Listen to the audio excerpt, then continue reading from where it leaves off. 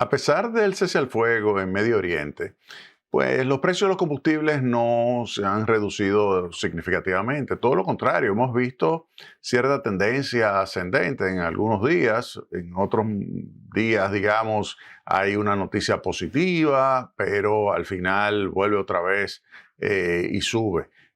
Lo que le dice a usted que sigue habiendo un desabastecimiento importante, que no es peor por el hecho de que se están utilizando las reservas internacionales. Ahora, dicen los expertos que la situación puede variar en junio. ¿Por qué? Porque cuando uno toma la evolución de las reservas de petróleo, nos damos cuenta de que ha habido una reducción importante y los países como China o países como Corea del Sur o países como la India, que han estado utilizando parte de sus reservas, pues llega un momento en que deciden o decidirían pues volver otra vez a restablecerlas. Y eso significa volver a incrementar la demanda al nivel previo.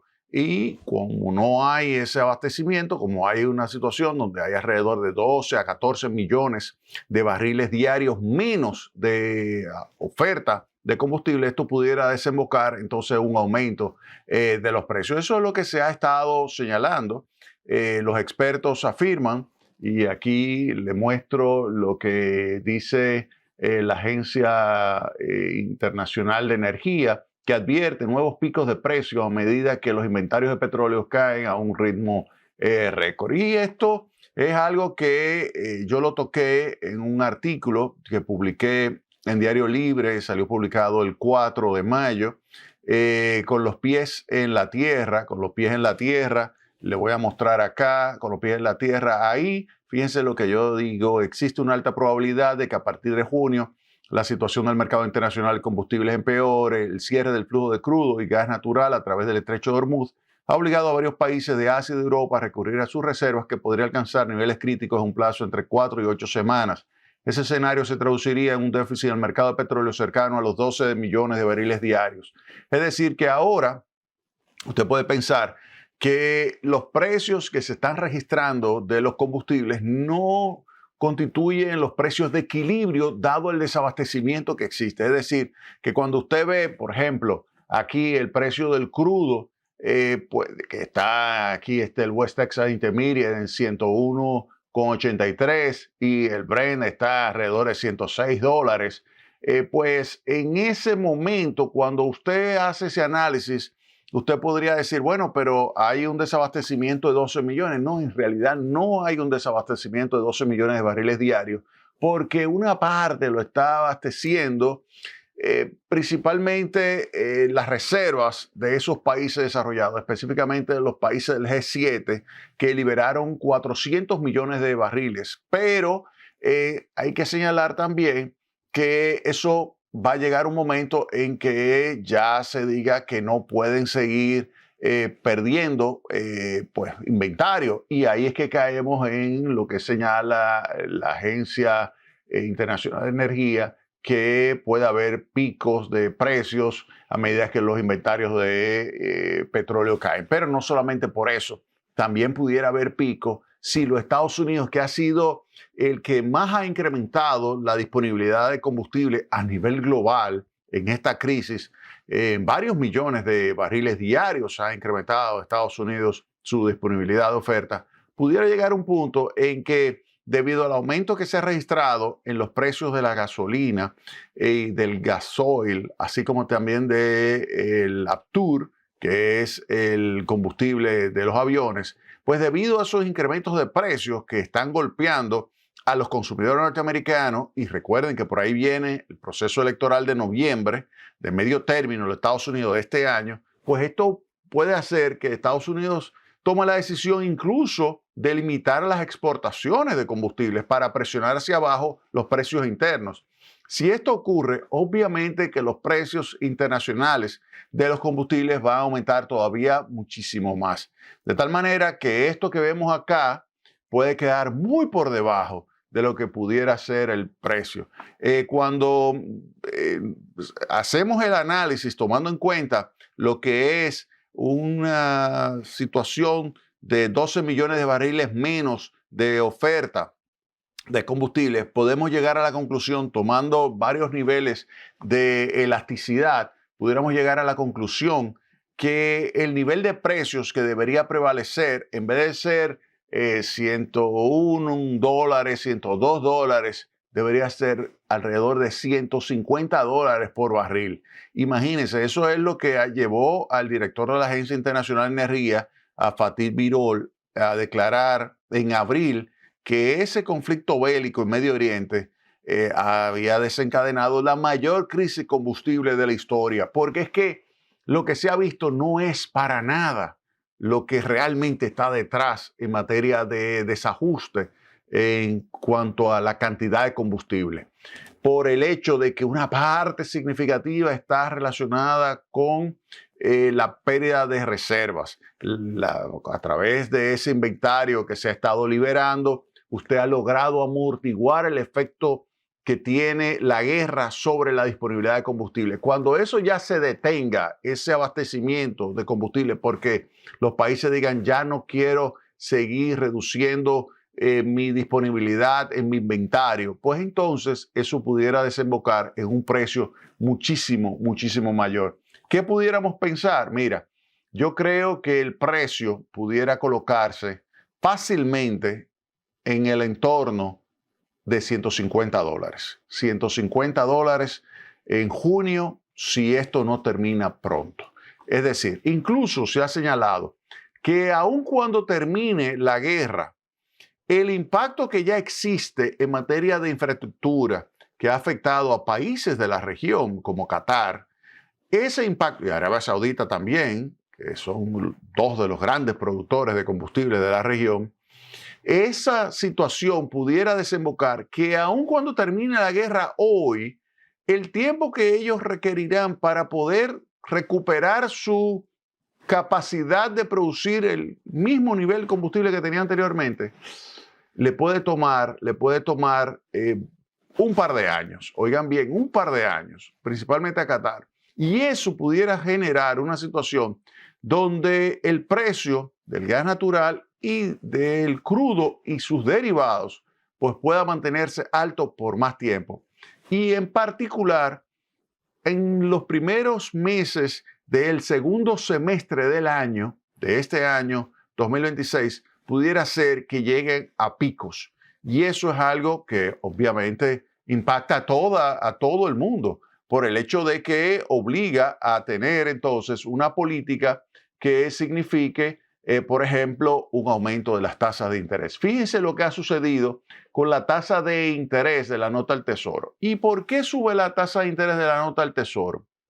Sube por el hecho de que hay un empuje de costos sobre los precios. Y ese empuje de costos sobre los precios de algunos bienes hace que entonces pues se llegue a la conclusión de que también puede haber incrementos luego de segunda vuelta, que significa un aumento en el área de servicios. Ese aumento del área de servicios aumenta la presión salarial y ese aumento de la presión salarial vuelve e incrementa entonces los precios de bienes. Ya hemos visto cómo los Estados Unidos ha estado incrementándose de una forma dramática la tasa de inflación, al igual que en la eurozona, y también aquí en la República Dominicana lo vamos a ver. En las próximas semanas, cuando comencemos a ver nueva información sobre la evolución de los precios, usted se va a dar cuenta de que los precios van a comenzar a reflejar aumentos. Y para enfrentar esa situación, lo que van a hacer los bancos centrales es incrementar su tasa de interés. Y las notas del Tesoro reflejan eso. Las notas del Tesoro, por ejemplo, en este caso a 10 años, pero lo mismo está sucediendo con la de 2 años e incluso la de 30 años, comienza a registrar un desplazamiento hacia arriba por el hecho de que hay definitivamente una situación de incrementos de precios, de todo tipo. O sea, y vamos a ver el comportamiento de esos precios. Miren, déjenme enseñarle aquí, esto lo voy a tomar del Financial Times, ahí lo estoy tomando del Financial Times, y aquí, por ejemplo, este es la tasa de variación de los precios de diferentes tipos de productos en los últimos 12 meses. Fíjense aquí, fuel oil. Aquí, fuel oil 54.3%, en un año 54.3%. Los productos energéticos 29.2%. La gasolina 28.4%. Las billetes de aéreos 20.7%, la energía 17.9%. O sea que fíjense cómo se ha incrementado en términos interanuales. Recuerden que la inflación meta en los Estados Unidos, en la eurozona, en el Reino Unido es 2%. Y fíjense lo que estamos viendo, que uno de sus componentes de esa variación del IPC, uno de sus componentes en términos interanuales está variando 54.3%. O sea, fíjense, o sea que hay un empuje importante de costo sobre la tasa de inflación. Y eso es lo que entonces se manifiesta en una presión ascendente de las tasas de interés. Y aquí yo estoy mostrando la tasa de interés de la nota al tesoro. Fíjense acá, acá tenemos cuando estábamos ya en el inicio de lo que es la guerra en Medio Oriente. Fíjense el inicio de la guerra en Medio Oriente, ahí usted tenía menos del 4% de tasa.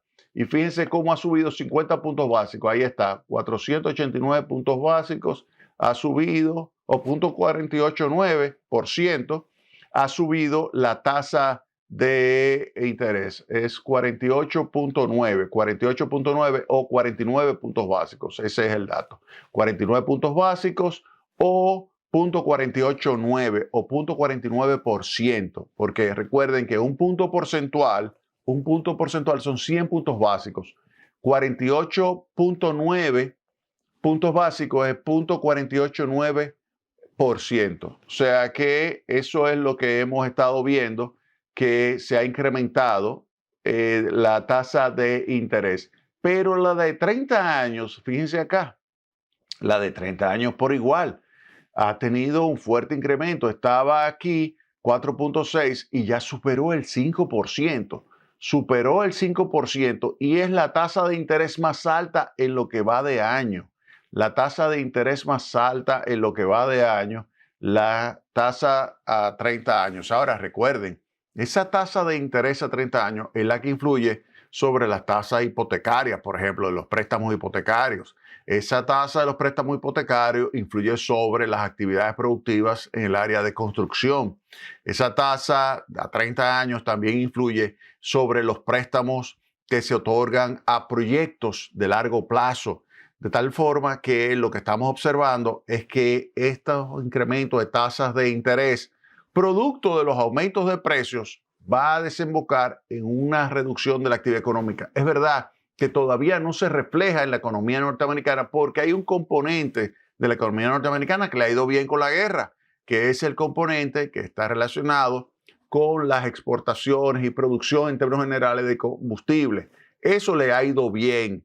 Pero ustedes verán luego que cuando siga subiendo los precios de los combustibles y caiga el poder adquisitivo de los ingresos de los trabajadores, porque fíjense, y eso lo vamos a ver en el próximo segmento, la tasa de inflación en los Estados Unidos ya se ha colocado en un ritmo de variación interanual superior a la tasa de variación del salario nominal promedio de los norteamericanos. ¿Y eso qué significa? Una caída del poder adquisitivo. Esa caída del poder adquisitivo se reflejará en una disminución del consumo. Y si disminuye el consumo o su tasa de crecimiento es menor, lo que eso significa es que se registrará una desaceleración del Producto Interno Bruto, del crecimiento del Producto Interno Bruto de los Estados Unidos. Es decir, que estamos ante una situación delicada, ¿y esto producto de qué?